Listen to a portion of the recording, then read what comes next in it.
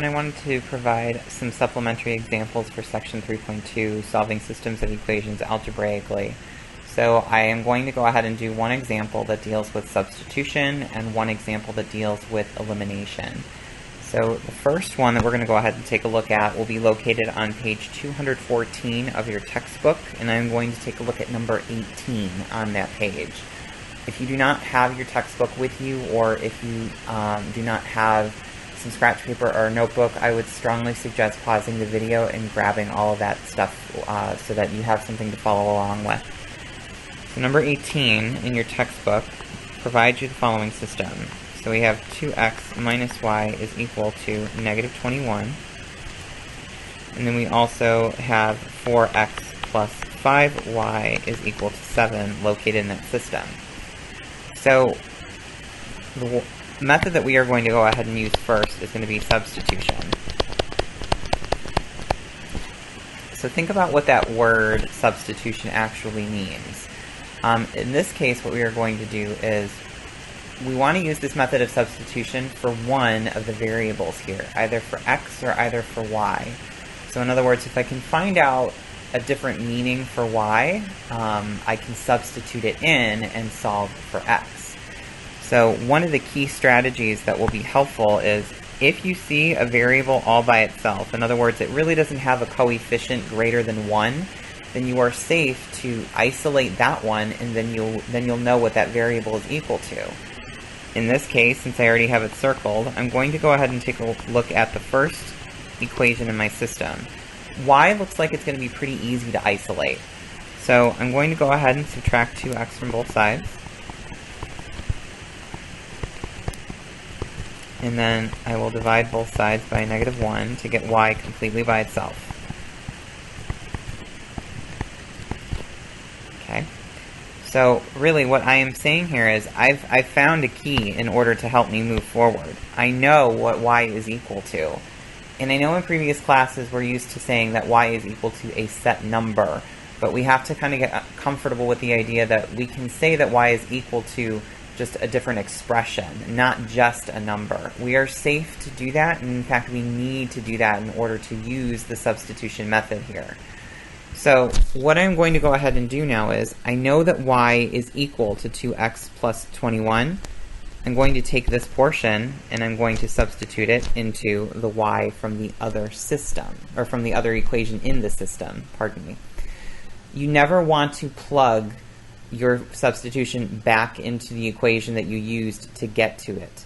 If you do, you basically create this vicious cycle and it really takes you nowhere. So you're literally spinning your wheels, in this case your cognitive ones. So in this case, what I'm going to go ahead and do then is I'm going to take my second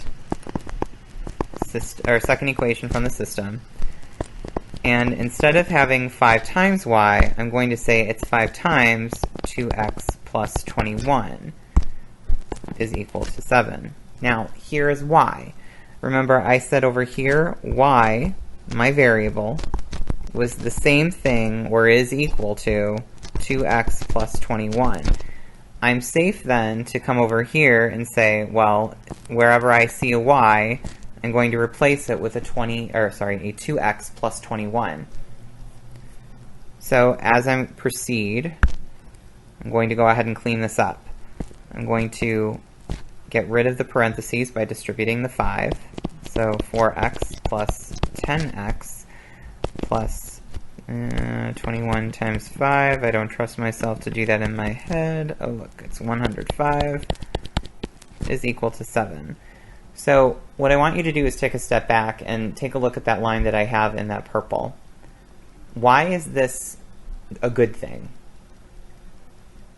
If you're thinking, well, I only have the variable x and I can solve for that, good on you.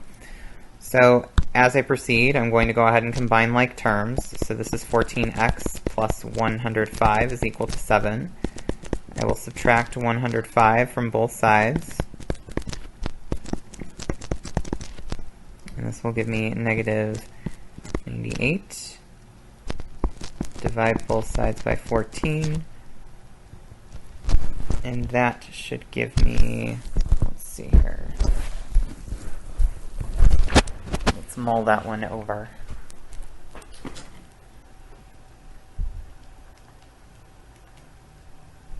That gives us x is equal to -7. Okay?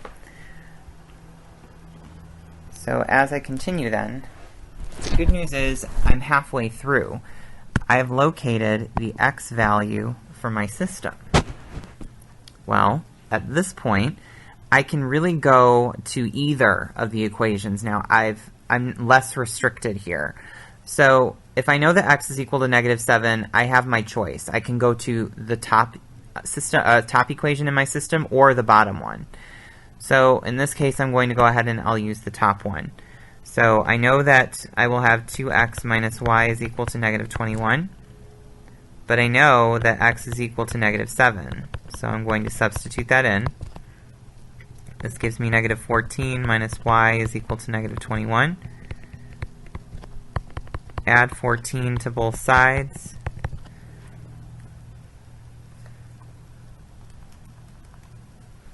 This gives me -7, but I need to get y completely by itself, so I will divide both sides by a -1.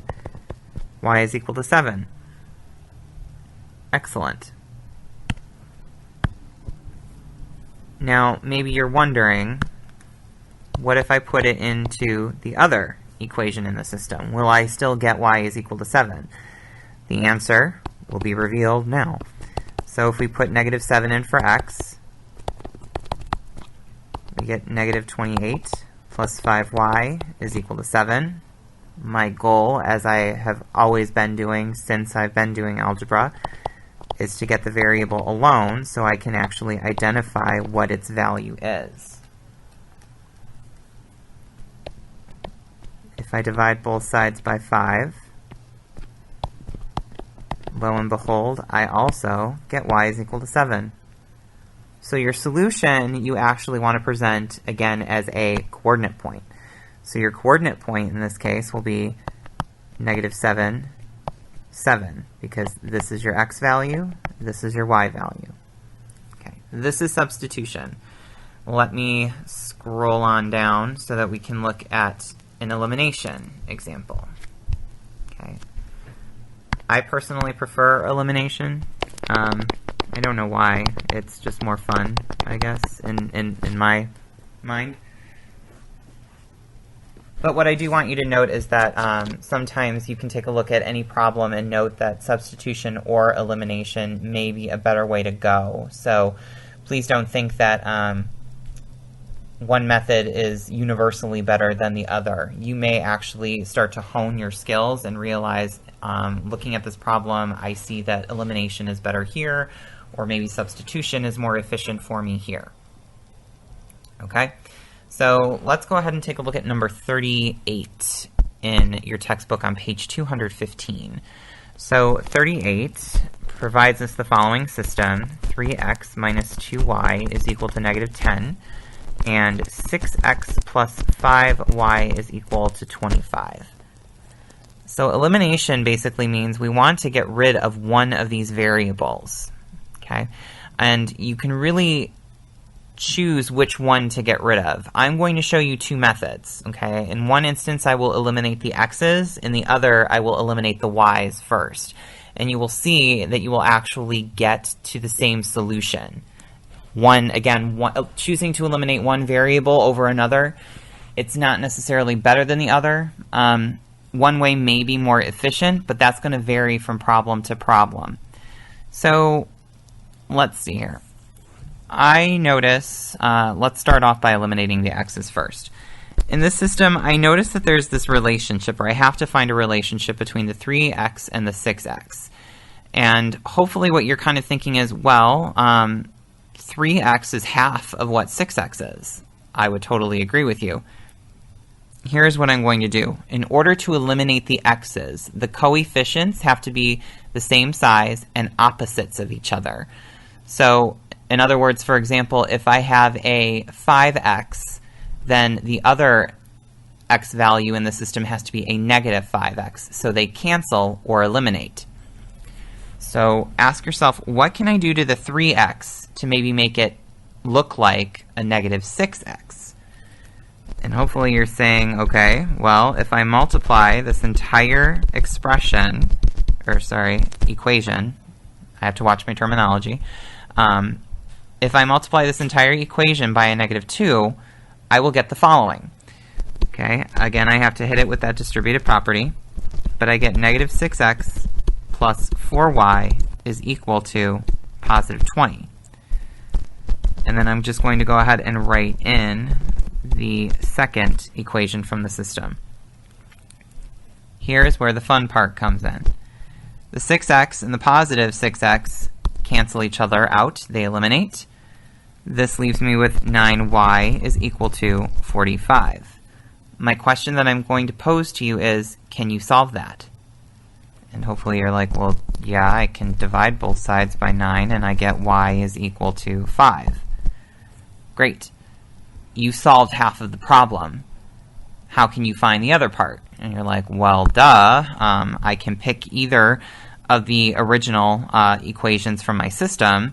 For example, say I work with 3x minus 2y is equal to -10, and I know that y is equal to 5, so I'm going to substitute that in. And then you go 3x minus 10 is equal to -10. I will add 10 to both sides. That will cancel out and gives me 3x is equal to 0. Divide both sides by 3. X is equal to 0. And you're like, why was that hard? Why was that challenging? Why are you bothering me with these easy kind of little tricks? But as you can see here, your solution in this case is 0, 5. This is the point that both equations share. So as promised, I'm going to show you the second method. Okay, so this is method number 1. This is method number 2. You only pick one or the other. You don't do both. So again, let's start off with our system. Same system, just to drive my point home.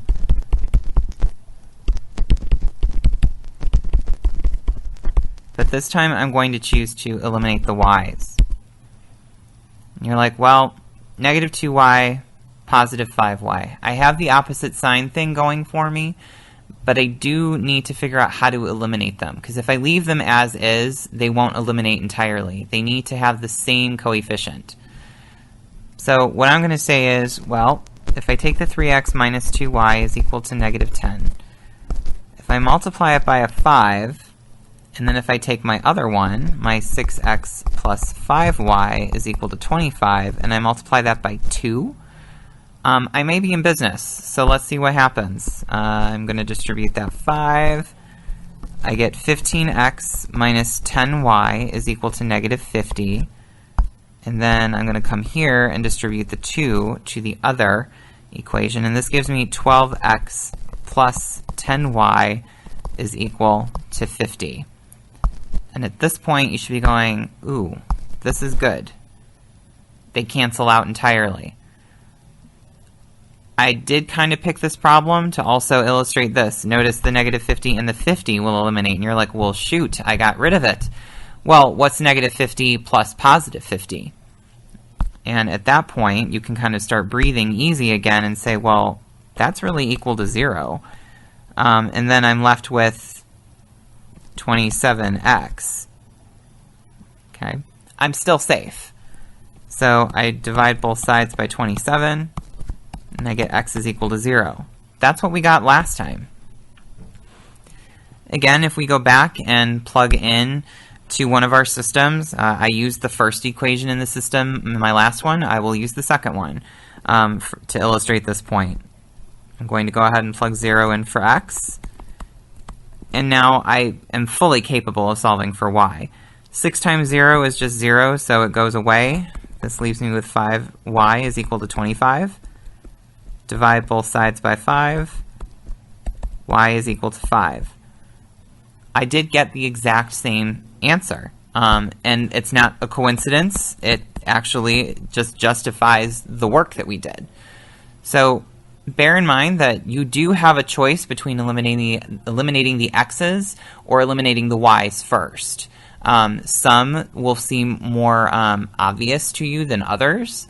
But again, just take your time. It's a process. Please practice. You have plenty of problems that you can practice with additionally on page 214 and 215 of your textbook.